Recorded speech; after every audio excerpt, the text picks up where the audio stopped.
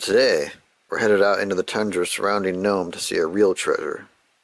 The glorious remains of yet another broken dream connected to mining. This glorious sight you see in front of you here is known by locals as the last train to nowhere.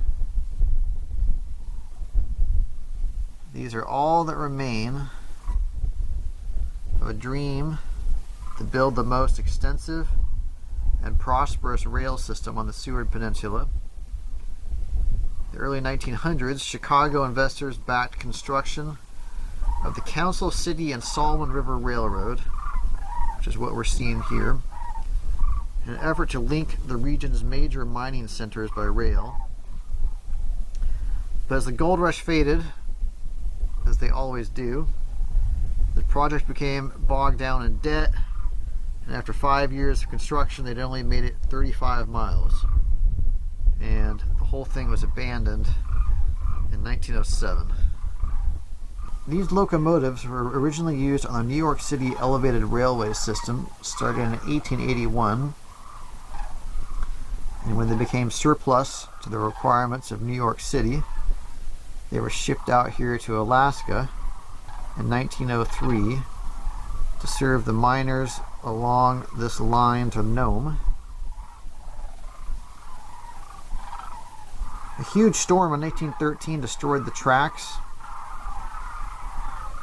and as a consequence, these locomotives were stranded here, where they remain today, slowly dissolving under the onslaught of storms from the Bering Sea. As we look inside the steam engine.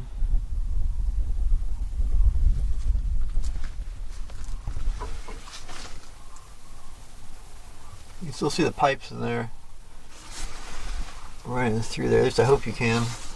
I can see them here. There, it looks like you can see them on the screen now. There's some of the wheels of the rolling stock left behind here, and you can see they have that attractive, I don't know what you call that, but that you see that in ore cart wheels sometimes, where they've got that attractive sort of decorative twist on them like that. It's pretty neat to see the craftsmanship at work here. And something interesting is there's a manufacturer's stamp here, but I can't not make out what it is. And so I'm really hoping that some of you in the audience can make out what that says. I've got, looks like Turing Company, T-U-R-I-N-G. There's company, and I've got Mount Vernon, Illinois. Look at one of the train cars here. I'm assuming this was a box car.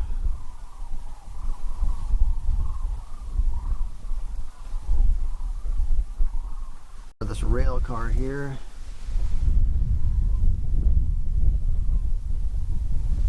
And could not make out manufacturer's stamp.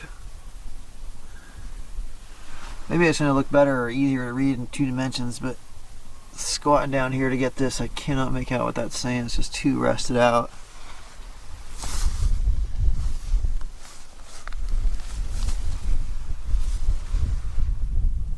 Maybe you guys can, hopefully you guys can do better. And then, as I mentioned, there's this, or what's left. This locomotive here, you can see the boiler here. That you can see the boiler sat, or I should say this supported the boiler there. As you can see, it's still attached there. Some of the migrating birds overhead, they're serenading us as they are headed south that way.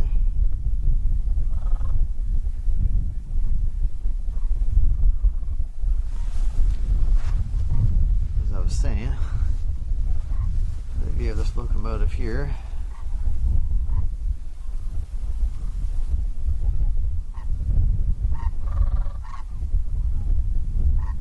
It really is extraordinary to see these out here.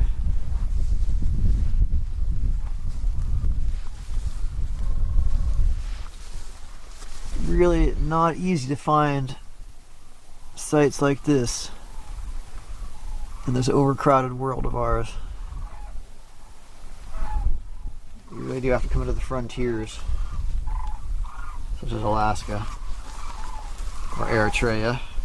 Those of you who've seen some of my other videos, to find places like this. Really, really amazing.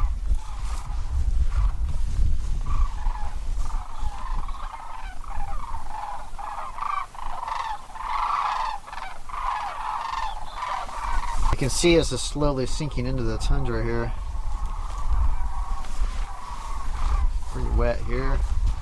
This one slowly becoming submerged as well.